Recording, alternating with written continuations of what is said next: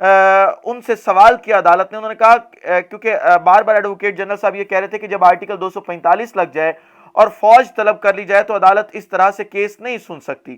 تو جو جسٹس صاحب ہیں انہوں نے کہا کہ تو اس کا مطلب ہے کہ کیا مارشل لاء لگ چکا ہے, جس کا جواب ایڈوکیٹ جنرل صاحب نے کہا کہ جی نہیں لگا. اور اس کے بعد جو ہے وہ ضمانت منظور ہو گئی القادر ٹرسٹ میں. عمران خان کی اس کے بعد 2 مزید کیسز کی سماعت ہونی تھی اور مختصر وقفہ دیا گیا اور عمران خان صاحب عدالت کے اندر جو ہے وہ موجود رہے. اس کے بعد اسلام آباد ہائی کورٹ کی طرف سے عمران خان کو بدھ تک تمام کیسز میں گرفتار کرنے سے روک دیا گیا. پھر اسلام آباد ہائی کورٹ نے کہا کہ ریاست عمران خان کی سیکیورٹی یقینی بنائے. اسلام آباد ہائی کورٹ کے فیصلے کا اطلاق اسلام آباد تک کی حدود میں ہوگا. قوم یاد رکھے کہ عمران خان کی گرفتاری میں جو ہے وہ بڑے زیادہ سارے فیکٹرز جو ہے وہ انوالو تھے. جب یہ ضمانت منظور ہوئی تو ذرائع نے یہ بھی کلیم کیا کہ عمران خان اسلام آباد ہائی کورٹ سے اپنی رہائش کا بنی گالا جائیں گے, اور اس کے بعد جو ہے وہ جب باقی پنجاب کے حوالے سے بھی جو ہے وہ ضمانت منظور ہو جائے گی تو پھر اسلام آباد سے لاہور ضمان پاک چلے جائیں گے. لیکن اس کے بعد جو ہے وہ ہم نے دیکھا کہ مزید درخواستیں لگائی گئیں اور عبوری اپنا راہداری ضمانت کے لیے درخواستیں لگائی گئیں, اور راہداری کی جب جو ضمانت لگائی گئی تو اس کے بعد جو ہے وہ ضمانت بھی منظور ہو گئی. اور اسلام آباد ہائی کورٹ نے حکم جاری کیا کہ کسی بھی خفیہ مقدمے میں عمران خان کو گرفتار نہ کی جائے.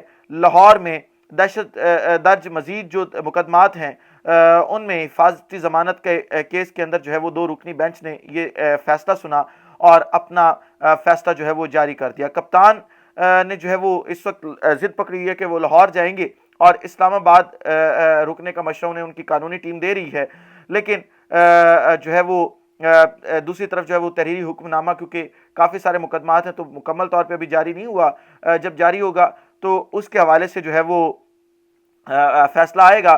لیکن اسلام آباد ہائی کورٹ نے عمران خان کو 16 MPO 3 MPO یعنی نقص امن کے جو معاملات ہیں ان کے تحت بھی گرفتار کرنے سے اس وقت جو ہے وہ مکمل طور پہ روک دیا ہے.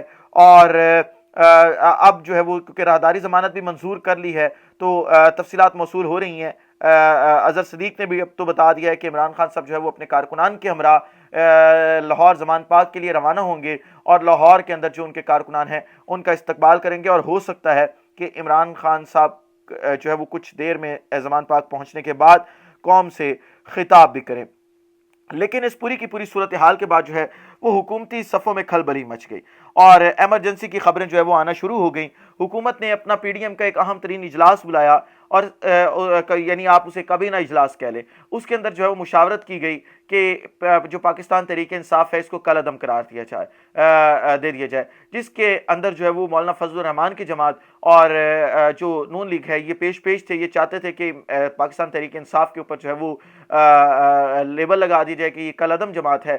لیکن پاکستان پیپلز پارٹی اور MQM نے اس کی شدید ترین مخالفت کی. انہوں نے کہا کہ ہم اس کی مخالفت کریں گے اور ہر پلیٹ فارم پہ جا کے مخالفت کریں گے. پھر ایمرجنسی کے حوالے سے جو ہے وہ مشاورت ہوئی تو ایمرجنسی کے اوپر بھی تاحال فیصلہ نہیں ہو سکا کہ ایمرجنسی لگانی ہے یا نہیں لگانی, ایمرجنسی کے اندر کیا سرکمسٹانسز ہوں گے, کیا کچھ چلے گا. لیکن اس وقت یہ اطلاعات بھی آ رہی ہیں کہ ہو سکتا ہے کہ شہباز شریف جو ہے ان کو گھر بھیج دیا جائے اور وہ استعفیٰ دے دیں اور کہیں کہ جی اب معاملات میرے ہاتھ سے جو ہے وہ نکل چکے ہیں. لیکن جو کچھ بھی ہوا ہے اس سب میں نقصان دوبارہ شہباز شریف اور پی ڈی ایم کا ہوا ہے اور کسی کا کوئی نقصان نہیں ہوا. پھر سپریم کورٹ آف پاکستان کے حوالے سے ایک آخری خبر لے لیں اور اس کے اوپر ہم مزید بھی ڈسکس کریں گے اگلے ویلاگ میں.